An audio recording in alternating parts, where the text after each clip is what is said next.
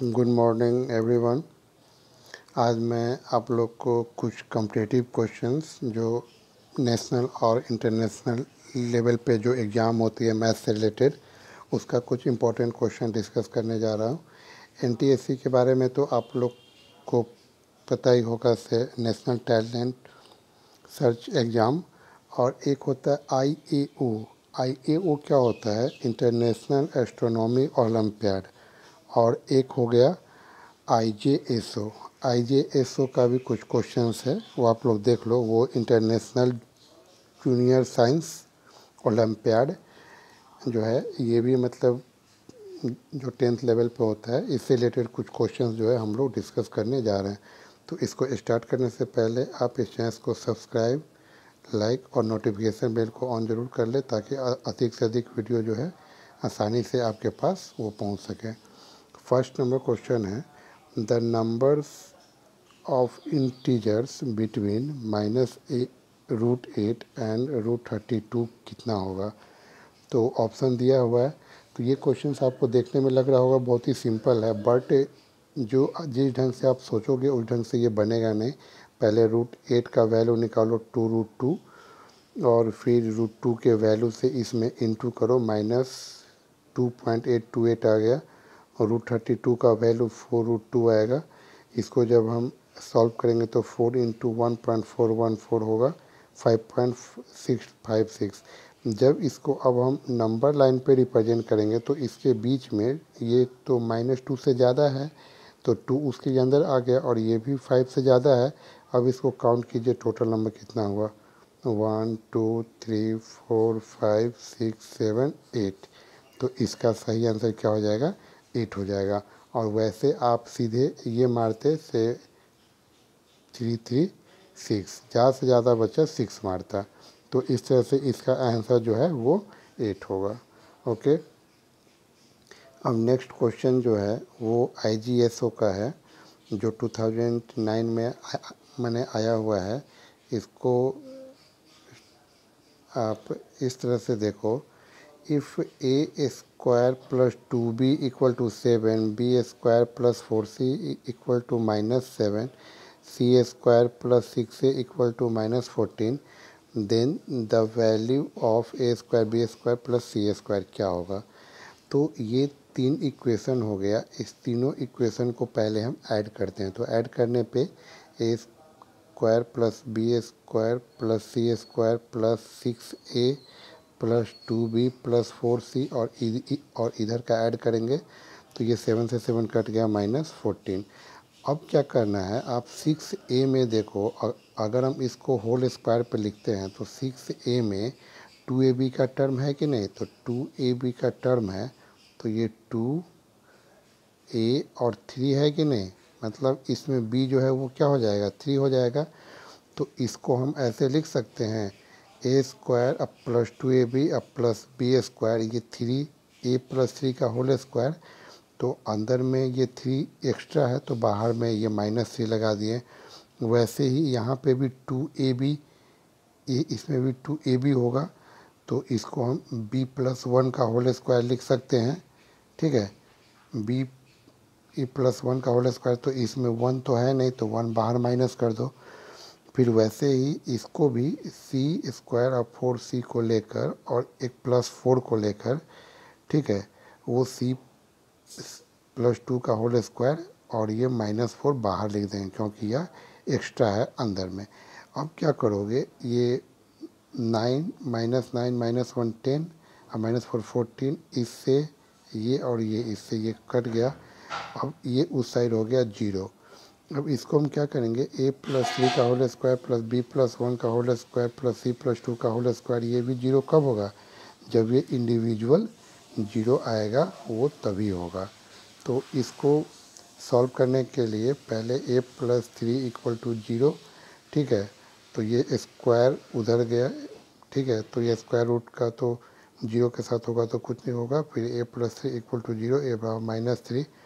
वैसे ही ये b plus 1 का होल स्क्वायर इक्वल टू 0, ठीक है, b plus 1 equal to 0, b बराबर -1। सेम प्रोसेस है, c बराबर -2। अब A square plus B square plus C square का वैल्यू निकालना है। तो -3 का ये स्क्वायर 9, -1 का स्क्वायर 1 और -2 का स्क्वायर 4। इस तरह से इसका आंसर जो है वो 14 आ गया। तो आपको ये क्या क्वेश्चन थोड़ा यूनिक लगा और ये है भी। अब ये है, ये भी IJSO का ही है, ये 2009 का क्वेश्चन है। Let n equal to 28 then sum of all distinct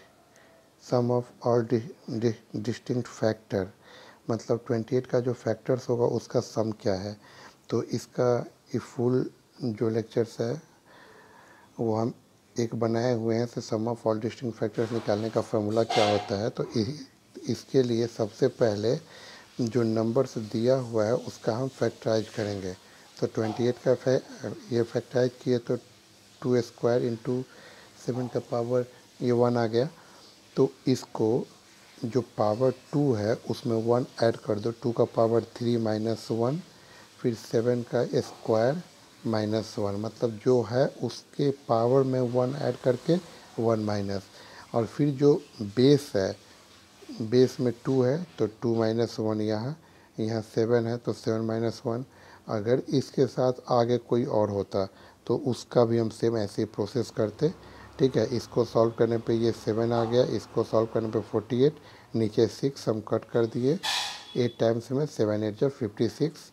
इस तरह से इसका सम ऑफ द फैक्टर्स क्या आ जाएगा, वो आपको 56 आएगा। अब 28 का क्या क्या ये सही है कि गलत, तो आप 28 का फैक्टर्स लिख लो। फैक्टर के रूप में 1 2 4 7, ठीक है, 14 28 आएगा। वो सब का भी जब आप सम करोगे तो वो 20 ये 56 ही आएगा। ये ट्रिकी वे में सॉल्व करने का है जो कि ऐसे सॉल्व होता है।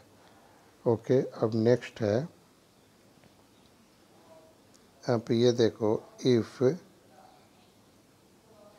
if 2009 equal to if 2009 equal to p का पावर a इंटू q का power p, where p and q are prime number, then find the value of p plus q। p plus q का value क्या होगा, तो ये भी simple question है, NTSE 2009 में ये आया हुआ क्वेश्चन है। तो इसको पहले आप फैक्टराइज करो, फैक्टराइज करने के बाद 7 का स्क्वायर इंटू 41 का पावर 1 आएगा। अब आप ये देखो, ये इस फॉर्मेट में लिखा हुआ है, तो ये भी तो फैक्टराइजेशन का ही फॉर्मेट है। तो P और Q जो क्या है वो बेस है, तो बेस के रूप में यहाँ पे क्या हो गया, एक 7 आ गया और एक 41 हो गया। अगर उसके करस्पॉन्डिंग पार्ट को कंपेयर करेंगे तो P प्लस Q का वैल्यू 48 आ गया। इस तरह से ये हमने जो क्वेश्चन है वो सॉल्व किया। फिर ये है, नेक्स्ट क्वेश्चन है,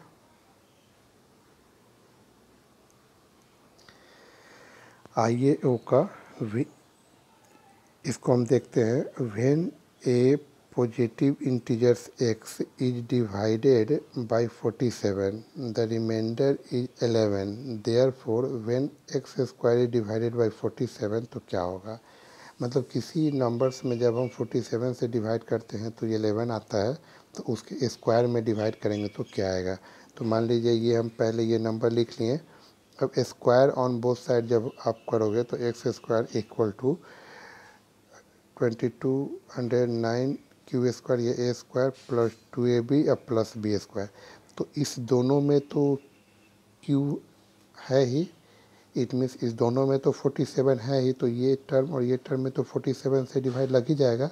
बट 121 जो है ये एक्स्ट्रा है, तो हम इस दोनों में नहीं चेक करके हम डायरेक्ट अगर 121 में डिवाइड करें, ठीक है, और जो रिमाइंडर आएगा तो वही मेरा इसका आंसर हो जाएगा। अब कहोगे इसमें क्यों, क्योंकि 517 क्यू में तो 2ab है ना, तो 2ab में एक तो 47 है ही, तो इसमें डिवाइड लगने पर ये 0 आ ही जाएगा।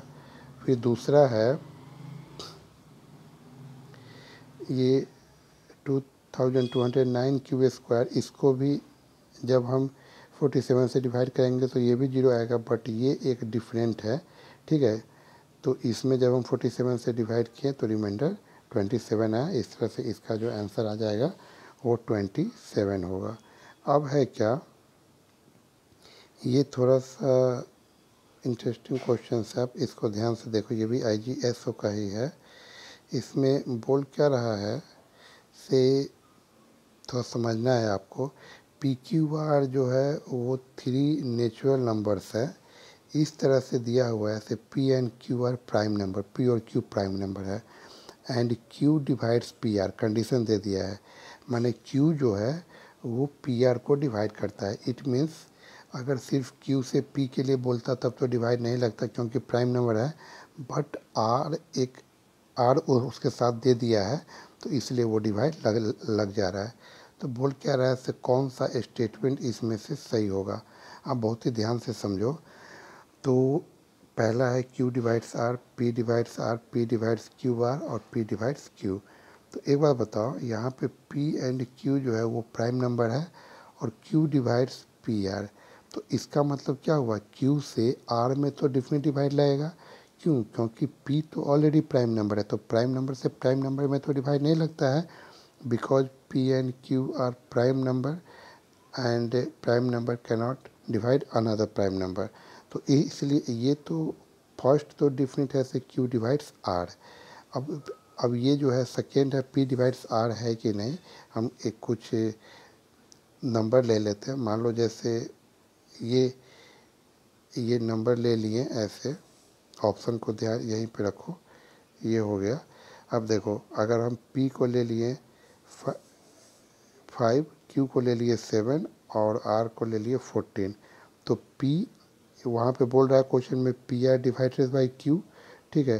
तो ये तो इससे डिवाइड लग जाएगा, तो इसका मतलब क्या हुआ, पहला ऑप्शन को देखो Q डिवाइड्स R, मतलब Q जो है R को डिफिनेट कर रहा है, तो पहला सही है, P डिवाइड्स R होगा, P डिवाइड्स R ये नहीं होगा, ये तो संभव नहीं है, तो ये नहीं होगा, ठीक है।